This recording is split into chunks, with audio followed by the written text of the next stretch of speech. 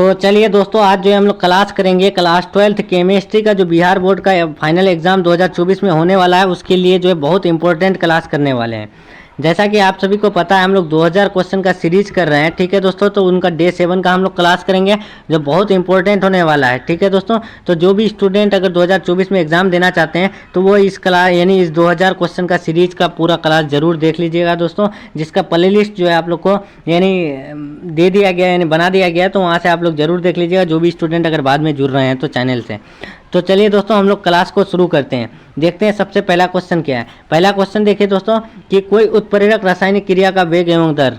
देखिए, कोई भी उत्प्रेरक रासायनिक क्रिया का वेग एवं दर क्या होता है दोस्तों। तो आप सभी को पता होगा कि बढ़ और घट सकता है अगर क्रिया चल रहा है तो, यानी क्रिया जब होगी तो बढ़ घट सकता है कोई भी उत्प्रेरक रासायनिक क्रिया का वेग एवं दर। तो राइट आंसर क्या होगा? ऑप्शन नंबर डी होगा। और हाँ, जो भी स्टूडेंट को पीडीएफ चाहिए, आप लोग टेलीग्राम ग्रुप में जरूर ज्वाइन हो जाइएगा दोस्तों। टेलीग्राम ग्रुप में आप लोग को पीडीएफ दे दिया जाता है। देखिए, विलायक विरागी कोलाइट कहलाता है। देखिए, विलायक विरागी कोलाइट कहलाता है। क्या कहलाता है दोस्तों? तो आप सभी को पता होगा, वो लायोफोबिक कोलाइट कहलाता है। और विलायक स्नेही जो कहलाता है, विलायक स्नेही लायोफिलिक कोलाइट कहलाता है। इन दो में से एक क्वेश्चन जरूर पूछेगा दोस्तों, लायोफिलिक और लायोफोबिक। लायोफिलिक क्या कहलाता है? तो लायोफिलिक विलायक स्नेही कहलाता है, और विलायक विरागी जो कहलाता है वो यानी लायोफोबिक कोलाइट कहलाता है। नेक्स्ट क्वेश्चन देखते हैं, तीसरा नंबर। तीसरा नंबर क्या है कि विलायक स्नेही कोलाइट कहलाता है। विलायक स्नेही कोलाइट, देखिए दोस्तों, इससे पहले बताया विलायक स्नेही क्या कहलाता है,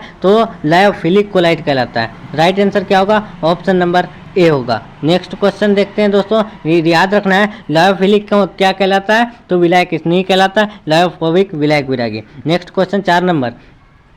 4 नंबर क्या है दोस्तों? कोलाइड कणों का शुद्धिकरण किसके द्वारा किया जाता है। देखिए, कोलाइडी कणों का शुद्धिकरण करते हैं तो वो किसके द्वारा करते हैं, तो आप सभी को याद रखना है दोस्तों, कोलाइडी कणों का जो शुद्धिकरण करते हैं हम लोग डायलिसिस के कारण यानी के द्वारा करते हैं। Right answer option number C. Next question 5 number. उत्प्रेरक एक वस्तु है जो, देखिए, उत्प्रेरक एक वस्तु है जो क्या करता है, तो आप लोग को याद रखना है, वो साम्यावस्था प्राप्त करने के समय को कम कर देता है। Right answer option number C. Next question 6 number. उत्प्रेरक अभिक्रिया के दर को बढ़ाता है। देखिए, उत्प्रेरक जो है अभिक्रिया के दर को बढ़ाता है, तो वो कैसे दोस्तों? तो आप सभी को पता होगा, सक्रियण ऊर्जा घटा करके जो है यानी उत्प्रेरक जो है रासायनिक क्रिया की दर को यानी बढ़ाता है। ठीक है, right answer option number C. Next question देखते हैं 7 नंबर। 7 नंबर क्या है कि ग्लूकोज को एथेनॉल में परिवर्तित करने वाला एंजाइम कहलाता है। देखिए, ग्लूकोज को हम लोग एथेनॉल में जो परिवर्तित करेंगे तो वो एंजाइम क्या कहलाता है, तो आप सभी को पता होगा, जाइमेज कहलाता है। ठीक है, याद रखना है, जिसको नहीं पता है आप लोग याद रखिएगा, ग्लूकोज को एथेनॉल में परिवर्तित करने वाला एंजाइम क्या कहलाता है, जाइमेज कहलाता है। बहुत इंपॉर्टेंट क्वेश्चन है। ठीक है दोस्तों, नेक्स्ट क्वेश्चन देखते हैं 8 नंबर। 8 नंबर क्या? जानतब झिल्ली में छन जाने वाला विलयन। ये क्वेश्चन आप लोग को सब्जेक्टिव में भी पूछे जाते हैं कि जानतब झिल्ली में जो है छन जाने वाला विलयन क्या कहलाता है, यानी ऐसे पूछे जाते हैं कि समांगी विलयन किसे कहते हैं। तो आप सभी को याद रखना है, जानतब झिल्ली में छन जाने वाला विलयन यानी समांगी विलयन कहलाता है। राइट आंसर ऑप्शन नंबर ए होगा दोस्तों, यहाँ हम लोग को ऑब्जेक्टिव में पूछ दिया है। Next question 9 number. 9 नंबर क्या है कि प्लेटिनम का उपयोग निम्न में से किस रासायनिक क्रिया में किया गया है। देखिए, प्लेटिनम का उपयोग जो है निम्न में से किस रासायनिक क्रिया में किया गया है, तो आप सभी को याद रखना है दोस्तों, तेल को वसा में बदलने में किया गया है। राइट आंसर क्या होगा? Option number B. Next question देखते हैं। नेक्स्ट क्वेश्चन क्या है? 10 नंबर। 10 नंबर क्या है कि दूध है। देखिए दोस्तों, दूध है। दूध क्या है, तो आप सभी को याद रखना है, दूध जो है वो यानी जल में परिक्षेपित वसा है। राइट आंसर क्या होगा दोस्तों? ऑप्शन नंबर ए होगा, यानी dissolved fat in water. Right answer option number A. Next question देखते हैं। Next question 11 number. 11 नंबर क्या है दोस्तों? निम्नलिखित में किस धातु का निष्कर्षण मैक ऑर्थर विधि से किया जाता है। Which of the following metals is extracted by MacArthur method.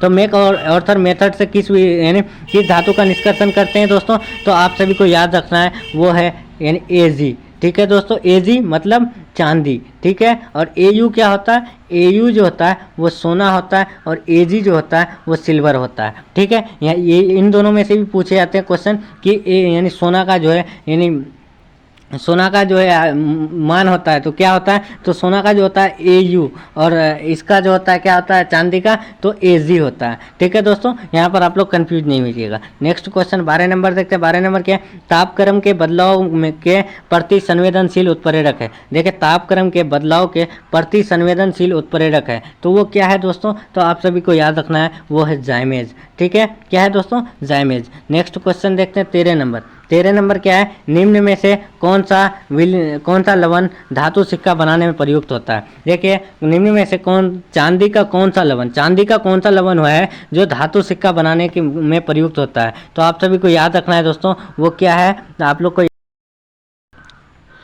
तो वो जो है ना आपका यानी AgBr है दोस्तों। AgBr क्या है, सिल्वर ब्रोमाइड जो है चांदी का यानी चांदी का वैसा हिस्सा है जिससे हम लोग यानी सिक्का बनाते हैं। ठीक है दोस्तों, धातु का सिक्का बनाते हैं। राइट आंसर क्या होगा, ऑप्शन नंबर बी होगा AgBr। नेक्स्ट क्वेश्चन देखते हैं 14 नंबर, पीतल का मुख्य अवयव है। देखिए पीतल का जो है मुख्य अवयव है वो क्या है दोस्तों, तो आप सभी को याद रखना है पीतल का मुख्य अवयव कॉपर और जिंक है। Right answer option number A. Next question देखते हैं 15 नंबर, सभी संक्रमण धातु तत्व होता है। देखिए सभी संक्रमण तत्व होता है, तो सभी संक्रमण तत्व क्या होता है दोस्तों, तो आप सभी को याद रखना है सभी संक्रमण तत्व जो होते हैं वो धातु होते हैं, मेटल होते हैं। Right answer option number A. Next question 16 number कि मैग्नीज यानी मैग्नीज चुंबकीय आघूर्ण डैश बीएम होता है, यानी मैग्नीज का जो चुंबकीय आघूर्ण कितना बीएम होता है। तो आप सभी को याद रखना है दोस्तों, उसमें जो होता है ना वो होता है कितना 5.85 होता है। Right answer option number A. Next question 17 number क्या है, प्रत्येक संक्रमण श्रेणी में कितने तत्व होते हैं। प्रत्येक संक्रमण श्रेणी में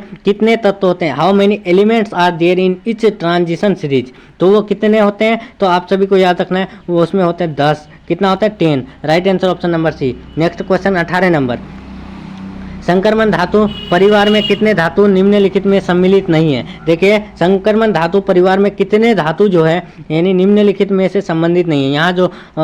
यहाँ जो दिया गया है तो इनमें से जो है कौन सा जो है यानी सम्मिलित नहीं है संक्रमण धातु से। तो आप सभी को याद रखना है दोस्तों, यानी जिंक यानी क्या जिंदगी कवारा होगी, वो क्या होते हैं, तो आप लोग को याद होगा कि जिंदगी कवारा होगी यानी मतलब जिंक, कैडमियम और Hg जो है क्या है एक संक्रमण धातु का श्रेणी है। तो यहाँ पर क्या बोला गया है कि कौन नहीं है, तो इनमें से सभी नहीं है, क्योंकि जिंक जो है और कैडमियम और आपका Hg जो है तीनों क्या है, तो तीनों जो है यानी संक्रमण धातु है। राइट आंसर क्या होगा, ऑप्शन नंबर डी होगा। नेक्स्ट क्वेश्चन देखते हैं दोस्तों। नेक्स्ट क्वेश्चन क्या 19 नंबर कि किस कारण से ZR तथा HF की परमाणु त्रिज्या तथा आयनिक त्रिज्या समान होती है। यानी किस कारण से जो है ZR तथा HF की परमाणु त्रिज्या तथा आयनिक त्रिज्या समान होती है। तो जो भी स्टूडेंट को पता है आंसर देते रहें दोस्तों कमेंट बॉक्स चैट बॉक्स में, ठीक है। तो राइट आंसर इसका बता दे दोस्तों, इसका राइट आंसर होगा वो है लेंथेनाइट संकुचन। Right answer option number B, lanthanide contraction. Next question देखते हैं 20 नंबर, लेंथेनाइडों की सामान्य ऑक्सीकरण अवस्था होती है। देखिए दोस्तों, what is the normal oxidation state of lanthanides, यानी लेंथेनाइडों की जो है सामान्य ऑक्सीकरण अवस्था होती है वो क्या होती है, तो आप सभी को याद रखना है दोस्तों, वो होती है क्या +3 होती है। लेंथेनाइट की सामान्य ऑक्सीकरण अवस्था +3 होती है। नेक्स्ट क्वेश्चन 21 नंबर कि एक्टिनाइडों की अधिकतम ऑक्सीकरण अवस्था होती है। तो एक्टिनाइडों की जो है अधिकतम ऑक्सीकरण अवस्था होती है वो क्या होती है, तो आप सभी को याद रखना है दोस्तों, वो होती है +2। नेक्स्ट क्वेश्चन देखते हैं। नेक्स्ट क्वेश्चन आपका 22 नंबर क्या है, एफ बलोक के तत्व को कहा जाता है। तो एफ बलोक के तत्व को हम लोग क्या कहते हैं दोस्तों, तो आप सभी को याद रखना है एफ बलोक के तत्व को अंत संक्रमण तत्व कहते हैं। Right answer option number A. Next question 23 number, निम्नलिखित में कौन सभी संक्रमण तत्वों का सर्वसामान्य गुण है। देखिए निम्नलिखित में जो ऑप्शन दिया हुआ है इसमें से कौन सभी जो है संक्रमण धातु जो आपका यानी ट्रांजिशन एलिमेंट है उसका सर्वसामान्य गुण है यानी कॉमन प्रॉपर्टी है। तो इसका राइट आंसर बता दें दोस्तों, इसका जो राइट आंसर होगा वो होगा ये धातु में होते हैं। आप लोग को इससे पहले बताया कि संक्रमण तत्वों को जो है धातु होते हैं। नेक्स्ट क्वेश्चन देखते हैं 24 नंबर क्या है, प्रथम संक्रमण तत्व है। तो इनमें से जो है प्रथम संक्रमण तत्व कौन है, तो आप सभी को याद रखना है दोस्तों, यानी प्रथम संक्रमण तत्व जो है वो है स्कैंडियम, ठीक है। राइट आंसर क्या होगा, option number B. Next question 24 number, alkene निम्न में से कौन अभिक्रिया देता है। तो एल्कीन जो है निम्न में से कौन सा अभिक्रिया देता है, तो वो देता है योगात्मक अभिक्रिया। Right answer option number A. Next question देखते हैं 25 नंबर, CH4 में सिग्मा बॉन्डों की संख्या होती है। ये क्वेश्चन आप लोग को अच्छे से पता होगा कि CH4 में जो सिग्मा बॉन्ड की संख्या होती है वो 4 होती है। Right answer option number A. Next question देखते हैं 26 नंबर, गिरिग्नाट प्रतिकारक बनाने के लिए ईथर में मैग्नीशियम डालकर किसके साथ अभिक्रिया करते हैं। देखिए दोस्तों, गिरिग्नाट प्रतिकारक बनाने के लिए जो है ईथर में हम लोग मैग्नीशियम डालकर किसके साथ प्रतिक्रिया करते हैं। तो ये क्वेश्चन आप लोग को याद रखना है, वो जो प्रतिक्रिया करते हैं ना दोस्तों, तो वो करते हैं यानी C2H5Cl से करते हैं। Right answer option number C. Next question 27 number, निम्न यानी आइडोफॉर्म का अनुसूत्र है। तो आइडोफॉर्म का जो है अनुसूत्र है वो क्या है दोस्तों, तो आप सभी को याद रखना है आइडोफॉर्म का जो अनुसूत्र है वो है CHI3। इसका राइट आंसर क्या होगा, ऑप्शन नंबर ए होगा। नेक्स्ट क्वेश्चन देखते हैं 28 नंबर। 28 नंबर क्या है, इलेक्ट्रॉन स्नेही अभिकर्मक है। इलेक्ट्रॉन स्नेही अभिकर्मक कौन है दोस्तों, इसमें जो है इलेक्ट्रॉन लविंग रिएजेंट जो है वो कौन है, तो आप सभी को याद रखना है इनमें जो है वो है BF3। Right answer option number A. Next question 29 number, Orlon एक बहुलक है। तो ओलोन जो है एक बहुलक है, Orlon is a polymer of, तो एक्रिलोनाइट्राइल। राइट आंसर क्या होगा, option number B. Next question देखते हैं 30 नंबर। 30 नंबर क्या है कि एथाइन में पाई बॉन्ड की संख्या होती है। तो एथाइन में पाई बॉन्ड की संख्या क्या होती है, the number of bond in ethyne is, तो इसका राइट आंसर क्या होगा, वो होगा 2। ठीक है दोस्तों, इथाइन में पाई बॉन्ड की संख्या 2 होती है। नेक्स्ट क्वेश्चन, एल्किल हैलाइड को किससे बनाने में प्रयोग किया जाता है। एल्किल हैलाइड को जो है क्या बनाने में प्रयोग किया जाता है, तो आप लोग को याद रखना है दोस्तों, एल्किल हैलाइड बनाने के लिए जो प्रयोग किया जाता है वो है क्या, यानी एल्किन और अल्कोहल तीनों किया जाता है। इसका right answer all of these होगा, इनमें से सभी होगा। Next question 32 number, alkyl halide एवं सोडियम धातु के बीच अभिक्रिया कहलाती है। एल्किल हैलाइड और सोडियम धातु के बीच अभिक्रिया कहलाती है, वो क्या अभिक्रिया कहलाती है, तो आप सभी को याद रखना है दोस्तों, वो जो अभिक्रिया कहलाती है ऊर्जा रिएक्शन कहलाती है, ऊर्जा अभिक्रिया कहलाती है। नेक्स्ट क्वेश्चन 33 नंबर, विरंजक चूर्ण का सही सूत्र होता है। तो विरंजक चूर्ण का सही सूत्र क्या होता है, तो आप सभी को याद रखना है वो है क्या, CaOClCl। Right answer option number A. Next question 34 number, अश्रु गैस का रासायनिक सूत्र है। देखिए दोस्तों, अश्रु गैस का जो है रासायनिक सूत्र है वो क्या है, the chemical formula of tear gas is. तो अश्रु गैस का जो है रासायनिक सूत्र क्या होगा, तो आप सभी को याद रखना है वो होगा CCl3NO2। Next question 35 number, last question देखते हैं आज का जो है डे 7 का हम लोग लास्ट क्वेश्चन देखते हैं।